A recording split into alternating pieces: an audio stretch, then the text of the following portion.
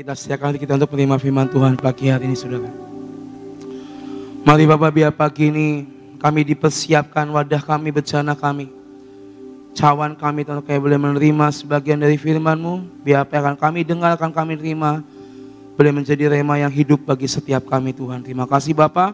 Di dalam nama Yesus kami berdoa dan kami mengucap syukur, haleluya, amin. Shalom, selamat pagi saudara semuanya. Shalom ya. Pagi ini temanya Be the God Stops. Kalau dalam bahasa Indonesianya, menjadi tempat perhentian Tuhan. Tempat perhentian bukan berarti akhir ya. Kita akan belajar firman Tuhan pagi ini. Ketika saya pelajari saudara tentang tema ini, menjadi tempat perhentian Tuhan, saya percaya bahwa setiap kita membutuhkan Tuhan dalam hidup kita, amin.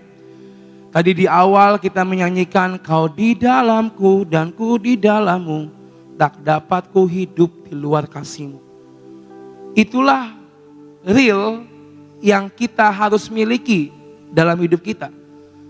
Kalau kita nggak bisa hidup di luar kasih Tuhan, benar? Siapa sih Tuhan kita? Yaitu Tuhan Yesus. Kita cuma punya satu, yaitu Tuhan dalam hidup kita. Dan kehadiran Tuhan dalam hidup kita, percaya nggak percaya, akan membawa dampak yang besar bagi setiap kita, amin. Akan membawa perubahan yang besar bagi setiap kita. Makanya kenapa ada istilah bertobat, ada istilah lahir baru, ya kan? Ada istilahnya menerima Roh Kudus dalam hidupnya. Karena disitulah Tuhan tinggal diam dalam kehidupan kita. Inside God or outside God. Kita mau di dalam Tuhan atau kita mau di luar Tuhan. Ketika Tuhan datang dalam kehidupan kita ya saudara, saya percaya Tuhan tuh gak cuma sekedar datang sebentar lalu pergi. Tapi saya percaya Tuhan betah dalam hidup kita, amin. Kalau ada mungkin yang merasa, saya gak pernah ngerasain Tuhan, mari kau cek dirinya saudara. Tuhan, Roh Kudus itu akan betah kalau kita menjaga kehidupan kita saudara. Dia bukan cuma Tuhan yang cuma sekedar berkunjung dan menengok kita sesaat, enggak. Tapi selamanya, mau kita dalam pergumulan hidup, mau kita jatuh dalam dosa, dalam semua hal gelombang-gelombang yang mungkin memberatkan kita. Tapi disitulah kita akan melihat Tuhan mendatangi dan berhenti di hidup setiap kita. Untuk apa? Untuk membawa dampak yang besar bagi setiap kita. Kita akan buka Lukas 5 ayat 31 sampai 32 saudara. Ini ayat yang terkenal sekali. Lukas 5 ayat 31 sampai 32. Lalu jawab Yesus kepada mereka, katanya, bukan orang sehat yang memerlukan tabib, tetapi orang sakit. Ayat 32.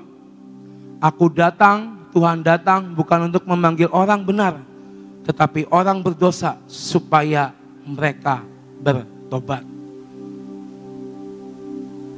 Ketika Tuhan datang mencari orang-orang yang perlu bantuannya, mencari orang-orang yang perlu pertobatan, mungkin yang perlu yang namanya lahir baru, disitulah Tuhan bekerja atas setiap umatnya saudara. Tuhan datang bukan mencari orang yang sudah benar, enggak. Tapi Tuhan datang mencari orang yang belum benar dan mau menjadi benar di dalam namanya. Saya percaya Tuhan gak melihat seberapa hebat kita atau apa yang kita miliki di dunia ini. Seberapa kayanya kita, seberapa dahsyatnya mungkin usaha kita, pekerjaan kita. Itu adalah bonus yang Tuhan berikan dalam hidup kita. Tapi lebih daripada itu saudara, Tuhan melihat seberapa kita mau dibentuk dan dipimpin oleh Roh Tuhan dalam hidup kita. Be the God Stop, menjadi tempat perhentian Tuhan. Tuhan berhenti, Tuhan menghampiri setiap kita, menyatakan kuasanya. Itulah yang menjadi kerinduan setiap kita, amin. Kita akan pelajari 3 tokoh saudara. Ya, mungkin sini sudah sering kita dengar kisah dan kesaksian ketika Tuhan berhenti memalingkan pandangannya. Dan seketika itu juga ada perubahan besar terjadi dalam kehidupan orang-orang ini. Yang pertama kita akan buka dari Lukas 10 ayat 46 sampai 52. Lukas 10 ayat 46 sampai 52. Lukas 10 ayat 46 sampai 52.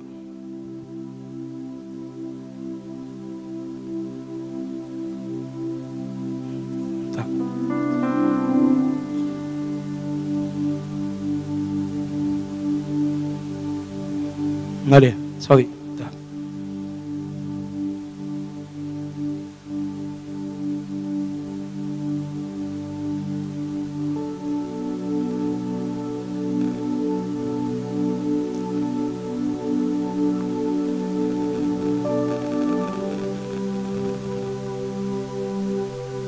Yang tentang Bartimeus Tuhan menyembuhkan orang buta. Markus, sorry, saya salah. Ya, Markus, maaf, saya salah nulis.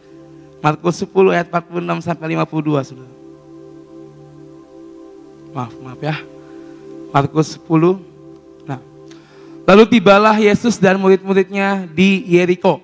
Dan ketika Yesus keluar dari Yeriko bersama-sama dengan murid-muridnya dan orang banyak yang berbondong-bondong, ada seorang pengemis yang buta bernama Bartimeus, anak Timeus, duduk di pinggir jalan. Ketika didengarnya bahwa itu adalah Yesus orang Nazaret, mulailah ia berseru, "Yesus anak Daud, kasihanilah aku." Banyak orang yang menegurnya supaya ia diam, namun semakin keras ia berseru, "Anak Daud, kasihanilah aku." Ayat 49, lalu Yesus berhenti dan berkata, "Panggillah dia." Mereka memanggil orang buta itu dan berkata kepadanya, "Kuatkan hatimu, berdirilah, ia memanggil engkau." Ayat 50, lalu ia mendanggalkan jubahnya, ia segera berdiri dan pergi mendapatkan Yesus. Tanya Yesus kepadanya, "Apa yang kau kehendaki supaya aku perbuat bagimu?" Jawab Bartimeus itu, "Rabuni, supaya aku dapat melihat." Lalu kata Yesus kepadanya, "Pergilah, imanmu telah menyelamatkan engkau." Pada saat itu juga melihatlah ia, lalu ia mengikuti Yesus dalam perjalanannya. Bartimeus seorang pengemis tua yang buta. Kita sama-sama kalau pengemis itu kan secara fisik itu mungkin tidak pas di mata, ya kan? Mungkin ada bau yang menyengat atau apapun itu. Dan ketika Yesus datang hari itu ke dalam Yeriko, dia memanggil berteriak 2 kali. Lalu ada orang yang menegur, "Hei pengemis, kamu tuh gak layak. Kamu ngapain manggil sang juru selamat, manggil Yesus? Kamu nih bau, kotor, kumel, gak layak." Banyak orang yang menegur dia, "Kamu nih cuma pengemis, ngapain manggil-manggil Yesus?" Banyak orang melihat dia ini pengemis yang kotor, tua, bau, buta lagi. Ngapain manggil-manggil Yesus? Yesus hari itu menjadi viral karena semua kuasanya, semua mukjizat yang dinyatakan. Dan banyak yang mengikuti dia. Banyak yang menempel di dekat-dekat Yesus. Hari itu Bartimeus dengan semua kelemahan, dengan semua kekurangan, dia cuma berteriak, "Anak Daud, kasihanilah aku. Anak Daud, kasihanilah aku." Sekitarnya menegur. Tetapi ketika Yesus lagi jalan, mendengar teriakan dari belakang, ayat 49 berkata, lalu Yesus stop, berhenti, dan berkata, "Coba dia ke sini."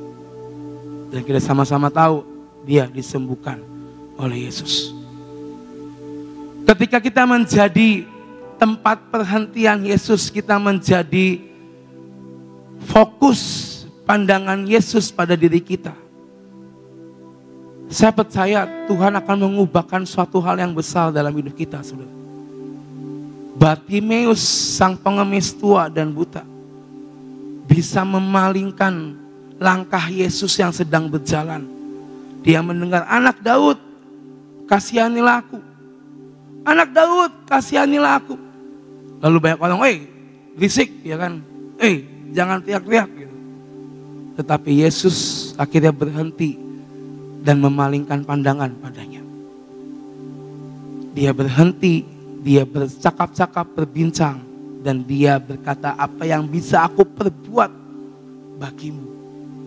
Dan Bartimeus berkata, sembuhkanlah aku. Dan mukjizat terjadi, saudara. Banyak orang yang memandang hina Bartimeus. Banyak orang yang memandang rendah, menganggap remeh Bartimeus.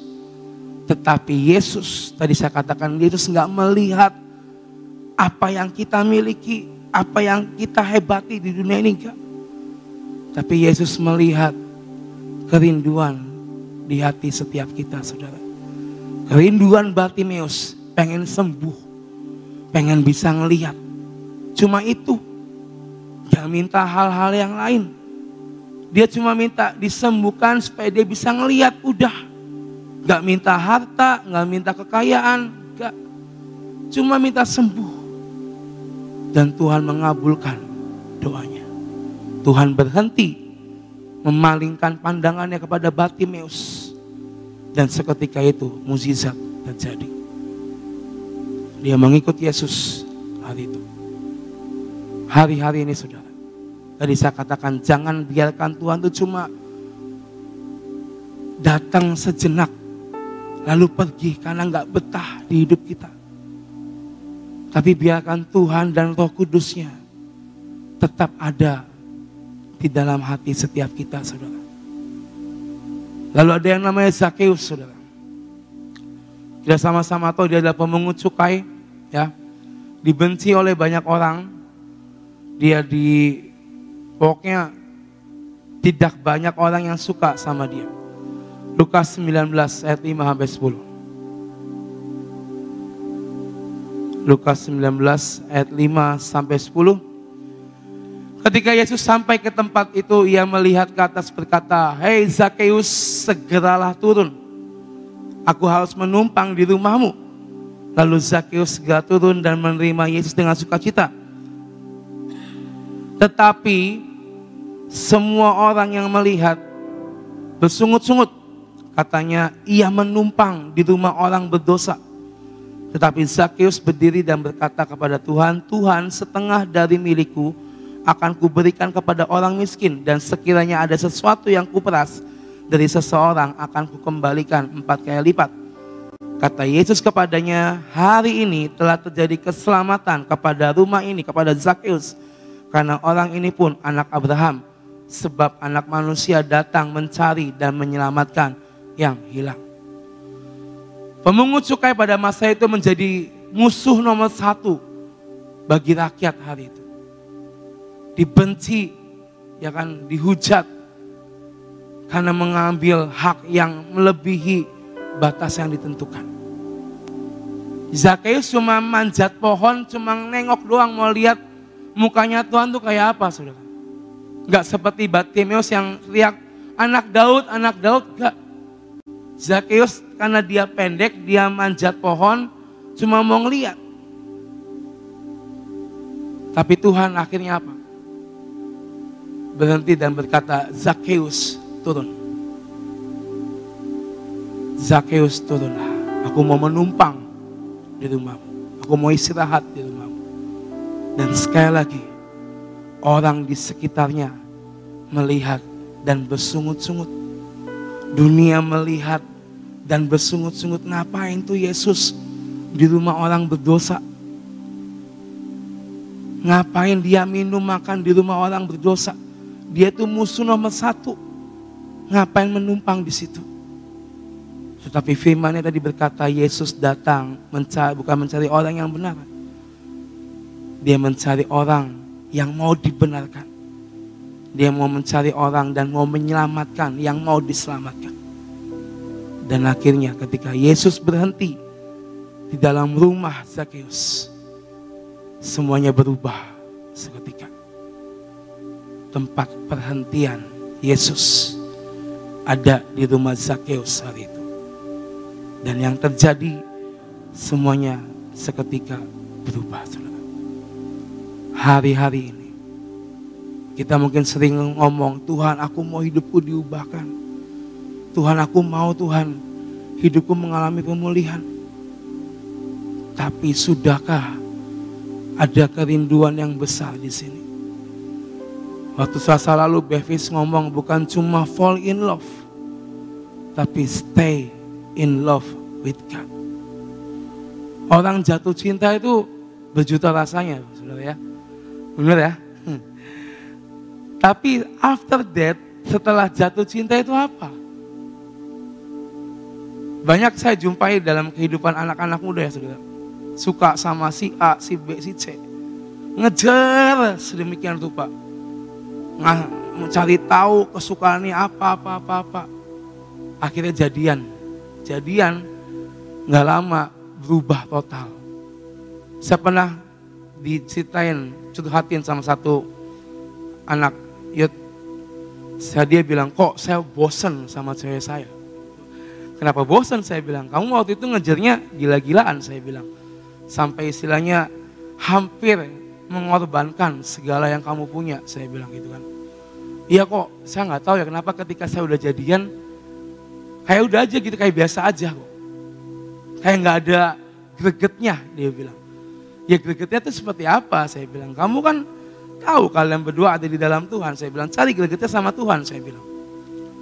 Ya nggak tahu kok, pokoknya bedalah rasanya. Ketika dulu saya ngejar, saya suka, saya falling in love. Dengan sekarang saya udah jadian, udah pacaran, biasa aja. Ini yang dinamakan stay in love, saudara. Begitu pula kita dengan Tuhan. Ketika kita mengejar, meminta pertolongan.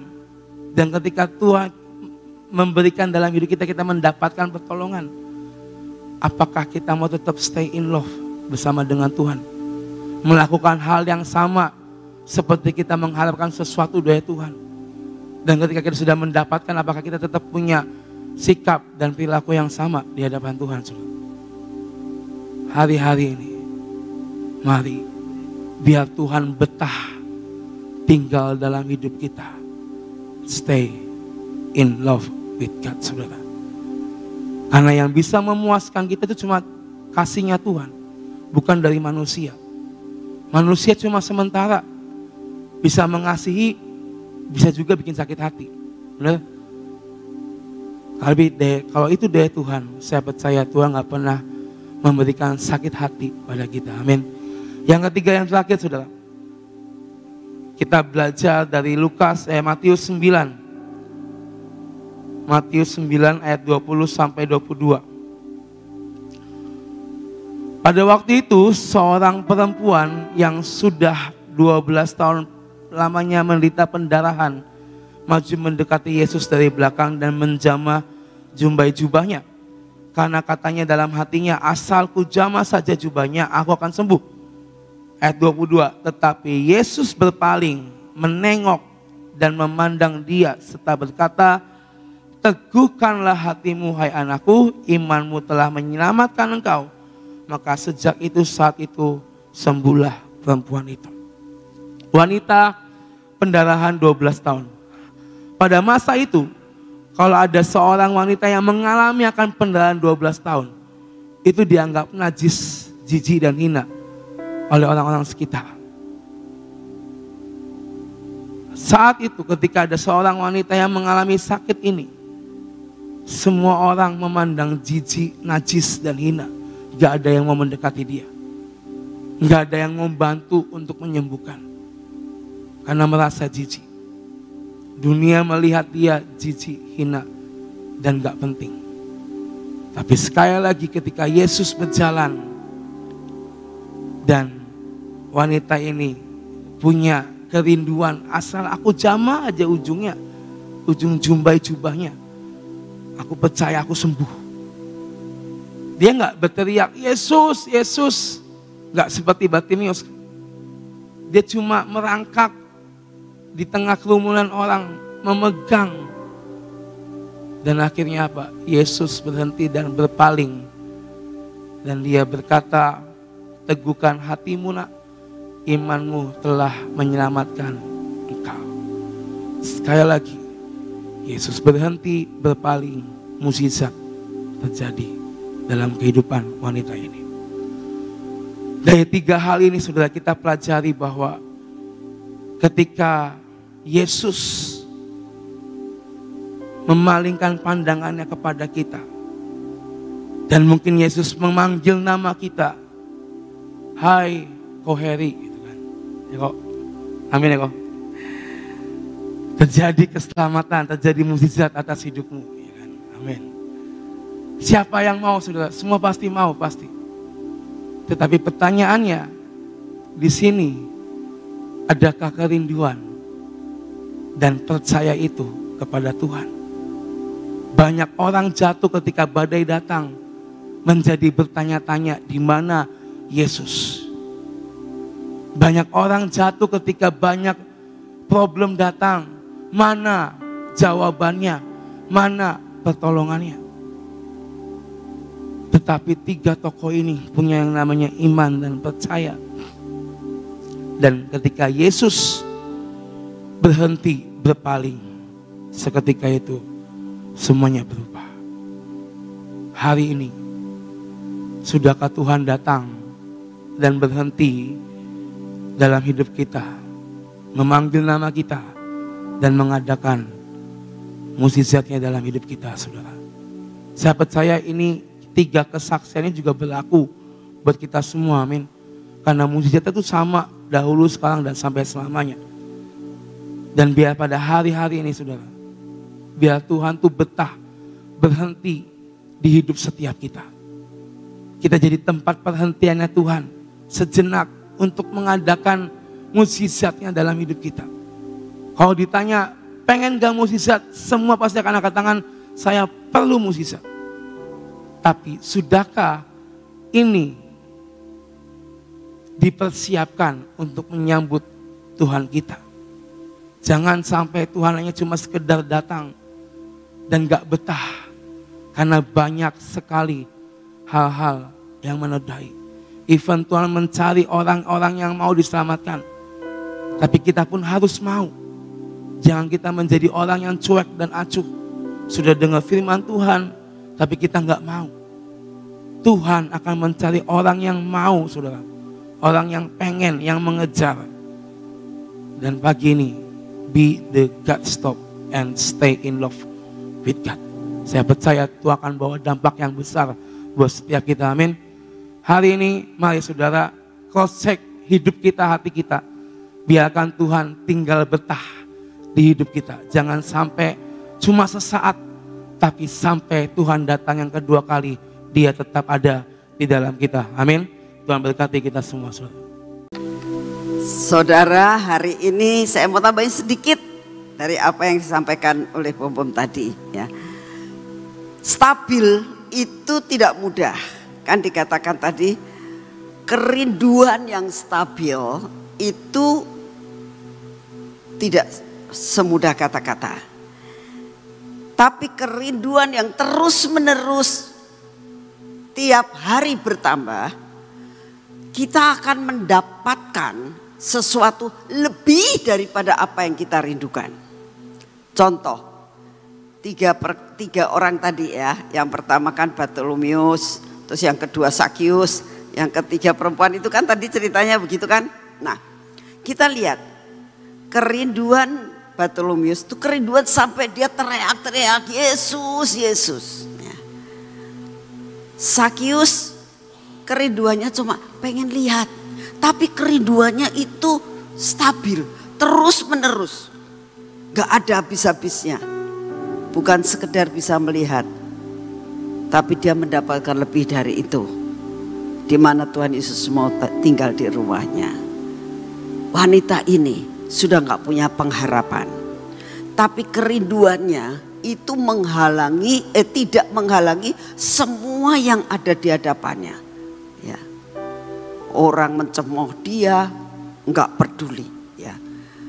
Dia diomong najis kok seperti ini, tidak peduli. Kerinduannya, kalau aku menjamah jubahnya, aku akan sembuh. Nah, kerinduan yang sungguh-sungguh stabil. Saya waktu memikirkan kerinduan yang stabil, saudara, di rumah saya mungkin sekarang sudah jarang ya. Di rumah itu ada jam yang ada bandulnya tuh, terus tak gitu ya, jarang. Tapi di rumah saya masih ada ya. Saya masih punya jam yang ada bandulnya yang begini. Dan saya setiap kali melihat dia itu kenapa bisa pas dan cocok. Karena apa? Stabil. Ya. Dan gak pernah bosen. Terus jalannya begitu. Ya. Sampai suatu saat kekuatannya habis. Ya. Jadi mati jam itu. Karena apa? Gak berdetak lagi. Ya.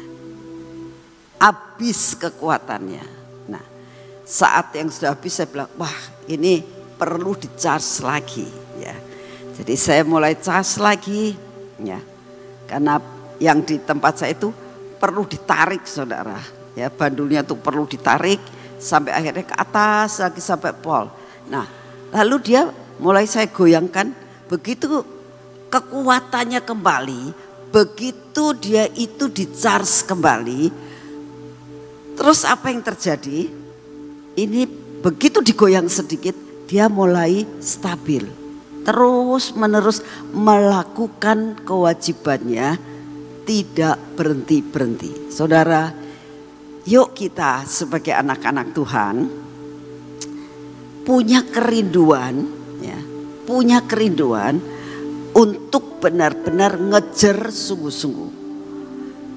Satu hal, kita akan mendapatkan lebih daripada apa yang kita rindukan. Amin.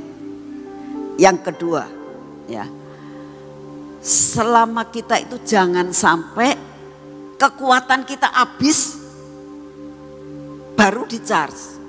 Kalau kita lihat, wah ini kok sudah mulai redup-redup ya kerinduan kita. Ayo di-charge lagi. Caranya bagaimana? Banyak baca firman Tuhan, penyembahan, pujian. Itu salah satu hal. Ya. Kita lakukan dimanapun juga saudara berada. Jadi gimana? Penuh lagi. Nah, saat penuh maka kita akan tahu stabil hidup saudara dan saya sampai menunjukkan waktu yang tepat. Semua yang kita kerjakan akan tepat jikalau kita penuh dalam kerinduan kita kepada Tuhan. Ya, yuk kita berdoa. Bapa, terima kasih buat semua yang Kau berikan kepada kami pada hari ini Tuhan. Hari pertama dari minggu ini kami mau berjalan bersama dengan Engkau. Terima kasih buat penyembahan dan pujian selama 1 jam. Terima kasih Tuhan untuk firman-firman-Mu, buat kami punya kerinduan yang terus menerus di-charge Tuhan. Karena kerinduan yang tidak di-charge ini Tuhan akan mengakibatkan kami berhenti dan mati. Sudah tidak pas lagi Tuhan, seperti jam yang mati yang sudah tidak bisa pas lagi. Terima kasih untuk kasih setiamu, terima kasih untuk semua yang Engkau anugerahkan buat kami hari ini. Terima kasih Bapak, terima kasih. Terima kasih kami boleh menyembah Engkau, memuji nama-Mu dengan pujian tentang bangsa dan negara kami.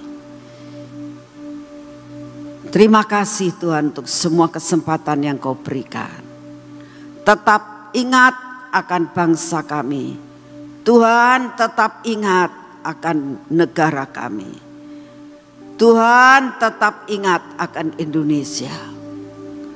Tetap ingat akan anak-anak-Mu dimanapun mereka berada Tuhan. Pada saat kerinduan ini masuk, Engkau mulai memberikan lebih daripada apa yang mereka rindukan. Saat ini ya Bapak, kami sangat merindukan adanya suatu pemulihan, adanya suatu kemerdekaan yang sungguh-sungguh dari bangsa dan negara kami.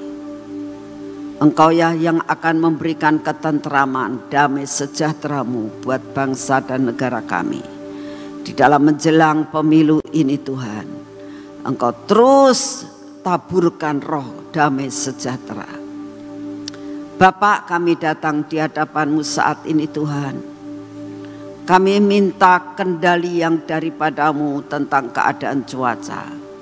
Kau tahu tadi malam mulai hujan Tuhan. Tapi kalau mulai sudah siang, mulai panasnya luar biasa, Bapa, kami minta semua yang tidak stabil ini Tuhan, Engkau yang akan mengendalikannya. Terima kasih untuk semuanya. Lempengan-lempengan yang ada di bawah tanah Tuhan yang mulai bergerak, Engkau yang akan mengendalikan Tuhan. Sehingga apapun yang terjadi, semua terjadi dengan minimal. Terima kasih untuk kasih setiamu. Terima kasih Tuhan. Kami mau menyerahkan tubuh, jiwa dan roh kami. Kerjakan dalam hidup kami untuk boleh mengejar Engkau. Punya kerinduan yang luar biasa untuk mengejar Engkau. Terima kasih untuk semuanya. Bapak, saat ini kami minta daya tahan tubuh yang baru Tuhan. Setiap hari kami minta supaya daya tahan tubuh kami memenuhi hidup kami. Daya tahan tubuh yang ilahi memenuhi tubuh kami. Sehingga menghancurkan semua virus yang ada atau bakteri apapun. Sehingga kami menjadi kuat dan sehat. Terima kasih untuk kasih setiamu. Terima kasih Tuhan. Kami percaya anugerah-Mu besar buat kami. Dalam nama Tuhan Yesus. Mari kita masuk dalam pengurapan.